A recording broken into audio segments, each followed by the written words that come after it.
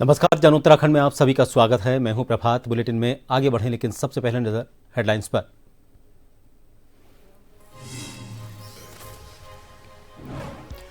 हरिद्वार में होने वाले 2027 के अर्ध कुंभ को लेकर मंथन। मुख्यमंत्री धामी ने सभी 13 अखाड़ों के आचार्यों और संतों के साथ की बैठक। सफल आयोजन के लिए आचार्यों से सुझाव और मार्गदर्शन लिया।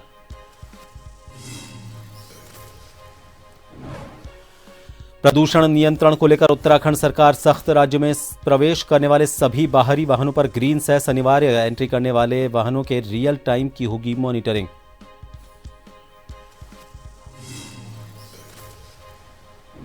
अखिल भारतीय विद्यार्थी परिषद का 71वां राष्ट्रीय अधिवेशन।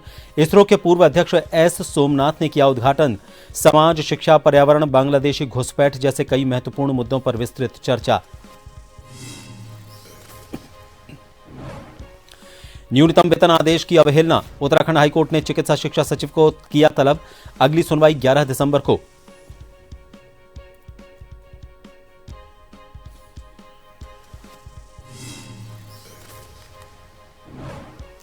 और देहरादून में यातायात नियमों के पालन को लेकर विशेष अभियान। 600 से ज्यादा चालान, 52 वाहन किए जब्त। अभिभावकों से अनुरोध, बालिग होने पर ही दें बच्चों को वाहन।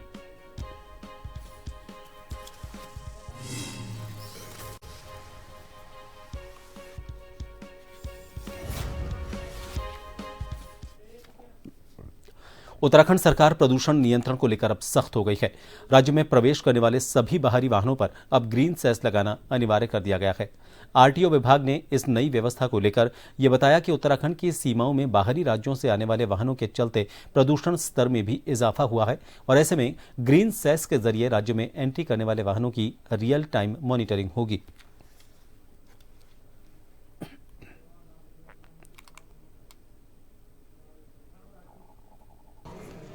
सेस की वसूली के लिए जो राज्य बॉर्डर एरिया है वहां से जो अदर स्टेट की गाड़ियां आएंगी उन्हीं का वसूल किया जाना है, जो लगभग 80 रुपए से लेकर 700 रुपए अलग अलग सेगमेंट में अलग अलग रेट। ये अधिसूचना राज्य सरकार ने कर दी है कि किस गाड़ी पर किस रेट से सेस वसूला जाएगा। हमारे हेडक्वार्टर लेवल पे एक नीति बन रही है कि इसको एएनपीआर कैमरे जो हैं उनके माध्यम से इनकी वसूली की जाए। इसमें जो भी बाहर से वाहन आएंगे उन पर ग्रीन सेस आरोपित किया जाएगा। साथ ही कुछ वाहनों को छूट दी गई है जो राज्य सरकार या केंद्र सरकार के अधीन वाहन है। 2 पहिया वाहन है, तिपहिया वाहन है, ट्रैक्टर, कृषि एग्रीकल्चर ट्रैक्टर है, हार्वेस्टर, 100 वाहन, एम्बुलेंस, इस प्रकार के तमाम वाहनों को छूट भी दी गई। साथ में बैटरी से चलने वाले हाइब्रिड वाहन जो हैं उनको भी, सोलर बैटरी और विद्युत बैटरी से चलने वाले वाहनों को भी छूट दी गई। तो एएनपीआर कैमरों के माध्यम से, ऑनलाइन माध्यम से उनके खाते से कट के स्टेट गवर्नमेंट के खाते में आए। हरिद्वार में होने वाले इस 2027 के अर्ध कुंभ के भव्य आयोजन के लिए मुख्यमंत्री पुष्कर सिंह धामी ने हरिद्वार में गंगा किनारे सभी 13 अखाड़ों के आचार्यों और संतों के साथ बैठक की। पहली बार गंगा तट पर बैठक का आयोजन किया गया। इस दौरान मुख्यमंत्री ने 2027 अर्ध कुंभ स्नान की महत्वपूर्ण तिथियों की घोषणा भी की। उन्होंने 14 जनवरी 2027 को मकर संक्रांति, 6 फरवरी 2027 को मौनी अमावस्या, 11 फरवरी 2027 को वसंत पंचमी, 20 फरवरी को माघ पूर्णिमा, 6 मार्च को महाशिवरात्रि अमृत स्नान, 8 मार्च को फाल्गुन अमावस्या पर अमृत स्नान, 7 अप्रैल को नवसंवत्सर, 14 अप्रैल को मेष संक्रांति पर अमृत स्नान, 15 अप्रैल को श्रीराम नवमी और 20 अप्रैल को चैत्र पूर्णिमा के स्नान की तिथियों की घोषणा की। मुख्यमंत्री ने कुंभ के सफल आयोजन के लिए अखाड़ों के आचार्यों से सुझाव और मार्गदर्शन लिया।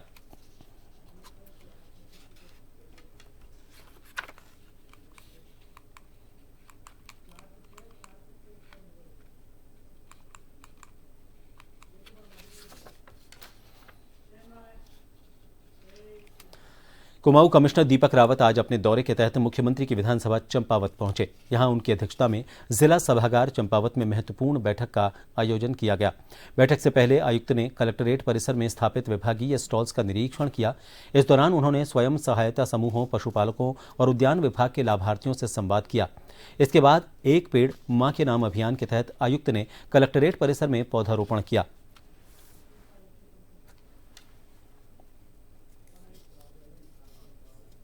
मुख्यमंत्री जी ने निर्देशित किया है कि जो बड़े प्रोजेक्ट्स हमारे चंपावत जिले में चल रहे हैं या फिर जिनका प्लान है उनकी एक तो समीक्षा की जाए और देखा जाए वो समय पे हो रहे हैं या नहीं हो रहे हैं। तो इसमें सबसे पहले तो जो गोल्जी कॉरिडोर में प्रस्तावित प्रोजेक्ट्स हैं, इसके अलावा शारदा में जो प्रस्तावित हैं उनको देखा गया, साथ ही साथ प्रस्तावित मास्टर प्लान्स और लोहा घाट के और चंपावत के, इनको भी देखा गया। जनपद में बहुत अच्छे कुछ इनोवेटिव काम हो रहे हैं, जैसे लाइब्रेरीज बनी हैं, एक आप ज्ञान सेतु के नाम से मनरेगा के तहत कुछ ब्रिजेस बना रहे हैं जहाँ पे कि बच्चे बरसात में गधेरों को पैदल पार करते हैं, उसके स्थान पे इनको बनाया जा रहा है। बहुत अच्छा काम डेयरी में यहाँ पे हो रहा है। साथ ही साथ हमारे हॉर्टिकल्चर के जो वर्क्स हैं, फिशरीज़ में जो काम है, इनकी समीक्षा की गई और ये अच्छे काम हो रहे हैं। बोर्ड की बैठक भी आज यहाँ पे रखी गई, तो बोर्ड में जो हमारे पास फंड्स थे उसमें कुछ छोटी हमारी जो पार्किंग्स प्रस्तावित हैं, एक बड़ा सा हम यहाँ पे नेशनल फ्लैग लगाएंगे, उसको भी आज यहाँ पे मंजूरी दी गई है। और कुल मिला के ये कहा गया है कि जो माननीय सीएम साहब की जो घोषणाएं हैं वो भी समयबद्ध तरीके से उनको पूरा किया जाए। रामनगर के चर्चित मांस प्रकरण में 3 आरोपितों को बड़ी राहत मिली है। रामनगर स्थित अपर जिला एवं सत्र न्यायाधीश की अदालत ने आज तीनों आरोपितों की जमानत याचिकाएं मंजूर कर ली। ये मामला 23 अक्टूबर को रामनगर के ग्राम छोई क्षेत्र में हुई घटना से संबंधित है। वरिष्ठ अधिवक्ता दीपक जोशी ने बताया कि यह प्रकरण नूरजहां द्वारा दी गई रिपोर्ट से जुड़ा हुआ है। रिपोर्ट के अनुसार नूरजहां के पति नासिर बरेली से पिकअप वाहन में भैंस का मांस ला रहे थे। छोई के पास कुछ लोगों ने उनके वाहन को रोककर नासिर के साथ मारपीट की और कथित तौर पर जानलेवा हमला किया था।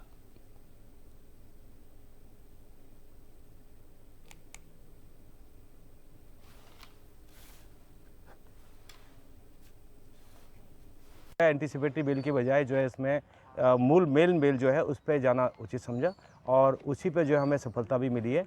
और न्यायालय से जो है एडीजे कोर्ट से हमारी जो है रामनगर जो है ये बेलें तीनों स्वीकृत हुई हैं तीनों लोगों की, जिसमें विकास उर्फ विशाल है, एक करण उर्फ कपिलिस्ट है और एक नाम जो है वो संजू उर्फ श्याम सिंह नाम से है। तो इन सभी बेलों की बेलें जो है 1-1 लाख के जमानती पे जो है स्वीकृत की गई। विश्व प्रसिद्ध कॉर्बेट नेशनल पार्क ने एक बार फिर अपने जैव विविधता से दुनिया का ध्यान आकर्षित किया है। यहां पहली बार यूरोप, पूर्वी एशिया और उत्तरी अफ्रीका में पाई जाने वाली दुर्लभ पक्षी प्रजाति हॉफिंच देखी गई है। इस अद्भुत दिखने वाली प्रवासी पक्षी के अचानक कॉर्बेट में नजर आने से वनाधिकारी और पक्षी प्रेमी बेहद उत्साहित हैं।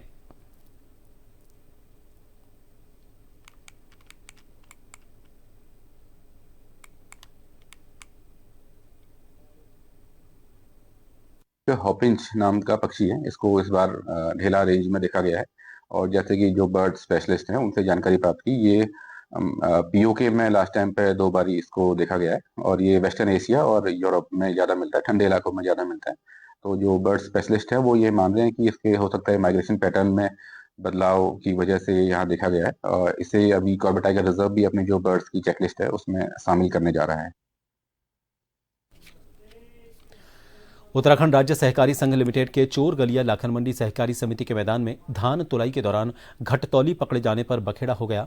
दरअसल धान तुलाई में किसानों को एक ट्रॉली में 10 कट्टों तक की चपत लगाई जा रही थी।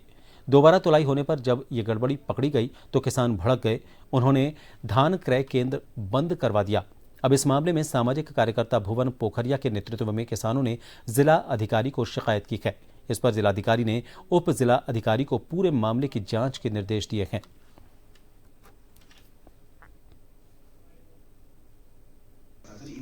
अभी लाखन मंडी किसान सेवा सहकारी समिति ने जो है चोरगलिया क्षेत्र के किसानों का धान खरीदा यूसीएफ के माध्यम से। एक बहुत बड़ी घटना जो है 17 तारीख को घटी। एक ट्राली में 8-8, 10-10 कट्टे जो है धान चोरी का मामला आया और दर्जनों किसानों ने शिकायत की कि भाई हमारा धान चोरा गया है। उसी परिप्रेक्ष्य में जो है हमने थाना चोरगलिया में रिपोर्ट भी करी, वो दर्ज नहीं की गई। एसडीएम साहब को भी अवगत कराया गया है। तो उसी परिप्रेक्ष्य में हम सारे किसान, सारे लोग यहाँ पर पहुँचे हैं कि धान चोरी का जो लाखन मंडी किसान सेवा सहकारी समिति में जो धान चोरी का मामला है किसानों का, उसकी एसडीएम साहब की अध्यक्षता में एक निष्पक्ष जांच कमेटी गठित की जाए और दोषियों निष्पक्ष जांच करके जो लोग दोषी हैं, क्योंकि श्रमिक इतनी हिम्मत नहीं कर सकते हैं, बहुत बड़े लोग इसमें मिले हैं। 17-18 लाख का गमन का मामला है। निष्पक्ष जांच, दोषियों पर कार्रवाई और रिकवरी की मांग हमने की है डीएम साहब। ये खरीफ सीजन में जो खरीफ सत्र में यूसीएफ के कांटे लगे हुए हैं लाखन मंडी में, तो वहाँ पर एक प्रतिनिधिमंडल आया था वहाँ के किसानों का।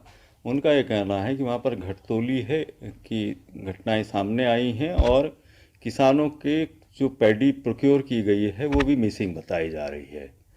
दूसरी बात, उन्होंने एमएसपी इंश्योर कराने के लिए कहा है, तो हमने परगना अधिकारी हल्द्वानी को कह दिया है कि इस मामले में सही तथ्यों को जाने और जो उसमें जिसकी तरफ से खामियां कमियां हैं उन्हें दुरुस्त कराएं और दोषी के खिलाफ कार्रवाई करवाएंगे।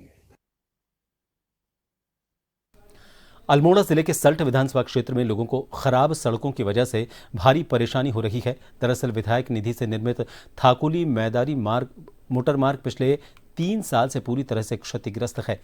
मरम्मत और सफाई नहीं होने से सड़क गड्ढों, मलबे और धंसान में भरी है। इसका खमियाजा आम लोगों को हर दिन भुगतना पड़ता है। ताज़ा मामला शुक्रवार सुबह का है, जब गांव की एक महिला की अचानक तबीयत खराब हो गई। परिजन ने उसे तुरंत अस्पताल ले जाने की कोशिश की, लेकिन गांव तक सड़क टूटी होने के कारण कोई भी वाहन अंदर नहीं पहुंच पाया और इसके बाद थक हार कर मजबूर होकर ग्रामीणों ने महिला को डोली में बिठाया और कई किलोमीटर पैदल रास्ता तय किया। मुख्य सड़क तक उसे पहुंचाया, जहां से उसे अस्पताल ले जाया जा सका।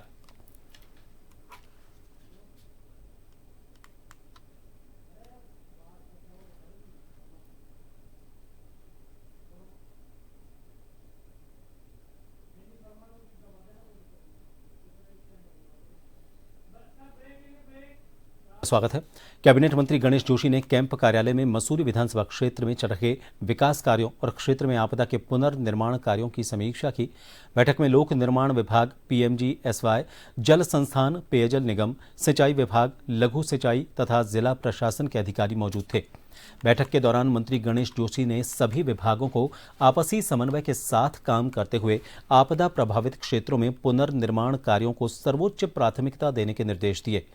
मंत्री ने निर्देशित किया कि सेरकी सिल्ला, भैंसवाड़ गांव, छमरौली, घंतू कासेरा, क्यारा, सिमयारी, सरखेत, भैंकली खाला, क्यारा, धनोल्टी मार्ग, फुलेत, सरोना, कार्लीगाड़, लोहारीगढ़ सहित अन्य प्रभावित क्षेत्रों में सड़क निर्माण और मरम्मत संबंधी सभी एस्टीमेट और शासन से जुड़े काम 1 सप्ताह के भीतर पूरे किए जाएं।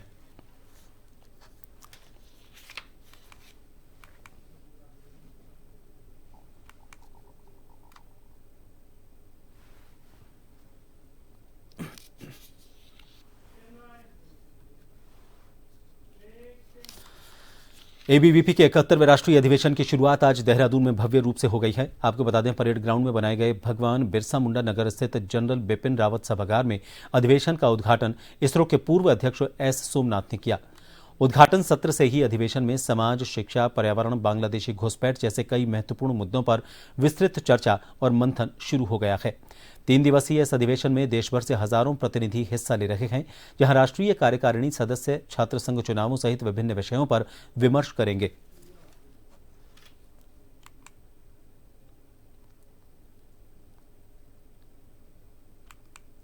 आज ABVP का 71वां अधिवेशन हो रहा है यहाँ देवभूमि में।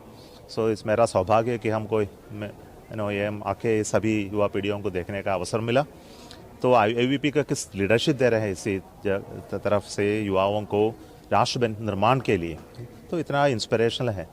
मैं भी ऐसे काम करता रहता हूँ कि स्पेस टेक्नोलॉजी में, टेक्नोलॉजी डोमेन में मैंने कुछ काम किया, तो मैंने इस बारे में युवाओं को और यंग स्टूडेंट्स को इंस्पायर करके टेक्नोलॉजी डोमेन में आने का आदेश देता रहता हूँ आफ्टर रिटायरमेंट। विद्यार्थी परिषद अपना राष्ट्रीय भावना को ओतप्रोत होते हुए और छात्र हितों में और साथ देश हित में काम करता है। ज्ञान, अनुशासन, अपना कल्चर, संस्कृति यह विद्यमान रहे और इसके लिए पूरी तरह निरंतरता लगा रहता है। परिसर की स्थिति कैसी हो कि छात्र का वह अनुशासन भी बना रहे और पठन पाठन भी ठीक से चलता रहे, इसके लिए वो समय समय पे भी आंदोलन करते हैं। और जब कभी राष्ट्र पे भी ऐसी कोई आपत्ति और विपत्तियाँ आती हैं तो उस समय भी वो डट कर के खड़े होते हैं। जहाँ कहीं भी आपदा आई है उस आपदा में भी विद्यार्थी परिषद के कार्यकर्ता अग्रणी भूमिका निभाते हुए मिले हैं। भाजपा विधायक और प्रदेश प्रवक्ता विनोद चमोली ने प्रदेश मुख्यालय में एक प्रेस वार्ता की और यह कहा कि सरकार की नीतियों और उपलब्धियों को जनता तक पहुंचाना उनकी प्राथमिक जिम्मेदारी है।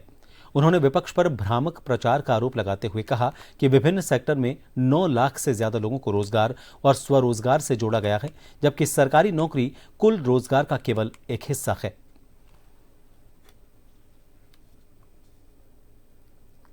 अगर धामी जी की सरकार दोबारा रिपीट हुई है तो पिछले 5 साल की सरकार का भी उसमें रोल है। देखिए, मुख्य बिंदु यही है कि हमारी जो डबल इंजन की सरकार है, केंद्र और प्रदेश मिलकर पूरे प्रदेश के अंदर लगभग 2 लाख करोड़ के अवस्थापना कार्य चल रहे हैं, इंफ्रास्ट्रक्चर पर काम हो रहा है और प्रदेश निरंतर आगे बढ़ रहा है। सरकार की तमाम योजनाएं हैं कि यहाँ का पर्यटन बेहतर हो, यहाँ का तीर्थाटन बेहतर हो, यहाँ पर रोजगार जनरेट हो, जो हम लोग काम कर रहे हैं और प्रदेश बहुत तेजी से आगे बढ़े, इसके लिए सरकार निरंतर काम कर रही है और उसी को लेकर मैंने आज अपना विषय यहाँ पर लिया है।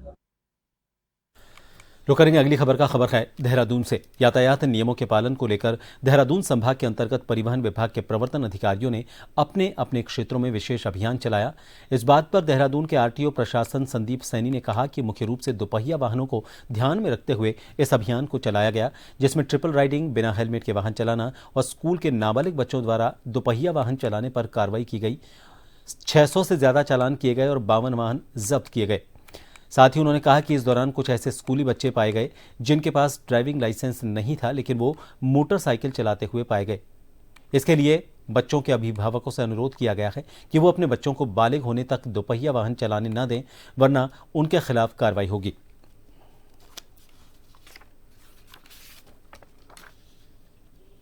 स्पेशल अभियान कल चलवाया था, जिसमें जो 2 व्हीलर्स हैं, फोकस उन्हीं पे था कि वो बिना हेलमेट के चला रहे हैं, ट्रिपल राइडिंग में चला रहे हैं, या स्कूल के बच्चे जो अंडर एज हैं वो कोई गियर वाला व्हीकल तो नहीं चला रहे हैं। तो उसके लिए अलग अलग क्षेत्रों में टीमें गठित की गई थी और उनसे कहा गया था एक मॉर्निंग टाइम पे और एक जब स्कूल की छुट्टी होती है, अलग अलग स्कूलों में चेकिंग करें। तो उसमें लगभग हमारे सभी टीमों ने मिला के 600 से ऊपर चालान किए हैं पूरे संभाग में और 52 गाड़ियां जो हैं सीज की गई हैं। इसमें कुछ बच्चे ऐसे भी पाए गए जो जिनके पास लाइसेंस नहीं था और वो मोटरसाइकिल चला रहे हैं, अंडर एज हैं। तो उसमें हमारी पेरेंट्स से अपील है कि आप किसी भी ऐसे नाबालिग बच्चे को व्हीकल ना दें, क्योंकि इसमें जुर्माने के प्राविधान जो हैं बहुत सख्त हैं। 25,000 तक का जुर्माना है। अल्मोड़ा जिले के सल्ट विधानसभा क्षेत्र के थाकोली मैदानी मोटर मार्ग की जर्जर स्थिति ने ग्रामीणों की परेशानी बढ़ा दी है। विधायक निधि से निर्मित यह सड़क पिछले 3 वर्ष से क्षतिग्रस्त पड़ी है, जिसके चलते आम जनमानस को भारी दिक्कतों का सामना करना पड़ रहा है। सड़क पर मरम्मत और सफाई न होने से रास्ते में गड्ढे और मलबे हैं। गुरुवार को हालात तब और गंभीर हो गए जब गांव की एक महिला की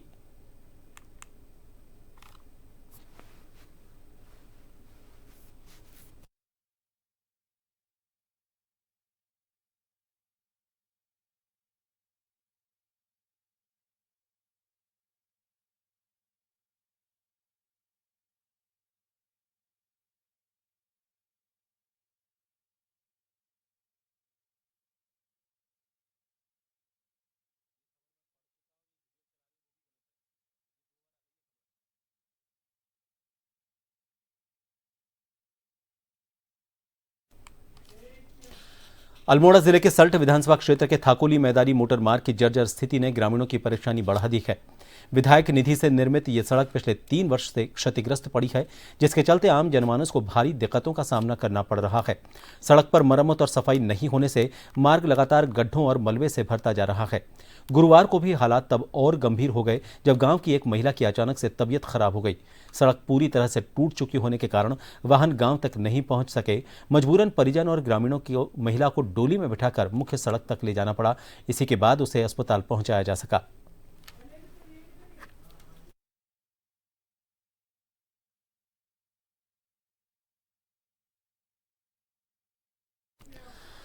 उत्तराखंड में 2027 में होने वाले अर्ध कुंभ की तिथियां तय हो गई हैं। हरिद्वार में होने वाला यह भव्य आयोजन 14 जनवरी से शुरू होगा और 30 अप्रैल को खत्म होगा। 107 दिन तक चलने वाले इस कार्यक्रम में 10 प्रमुख स्नान शामिल हैं, जिसमें पहली बार 4 शाही अमृत स्नान भी होंगे, जिसे एक ऐतिहासिक फैसला माना जा रहा है। कई दिन से अर्धकुंभ की तिथियों को लेकर असमंजस की स्थिति थी, जिसके बाद आज मुख्यमंत्री पुष्कर सिंह धामी ने हरिद्वार डाम कोठी में अखाड़ा प्रतिनिधियों के साथ बैठक की। बैठक में मेला प्रशासन की ओर से 13 अखाड़ों के 2-2 सचिव या नामित प्रतिनिधियों ने हिस्सा लिया। तिथियों की घोषणा के बाद संतों ने कहा कि यह मेला कुंभ की ही तरह दिव्य और भव्य रूप से आयोजित होगा, जिससे हरिद्वार में करोड़ों श्रद्धालुओं के पहुंचने की उम्मीद है।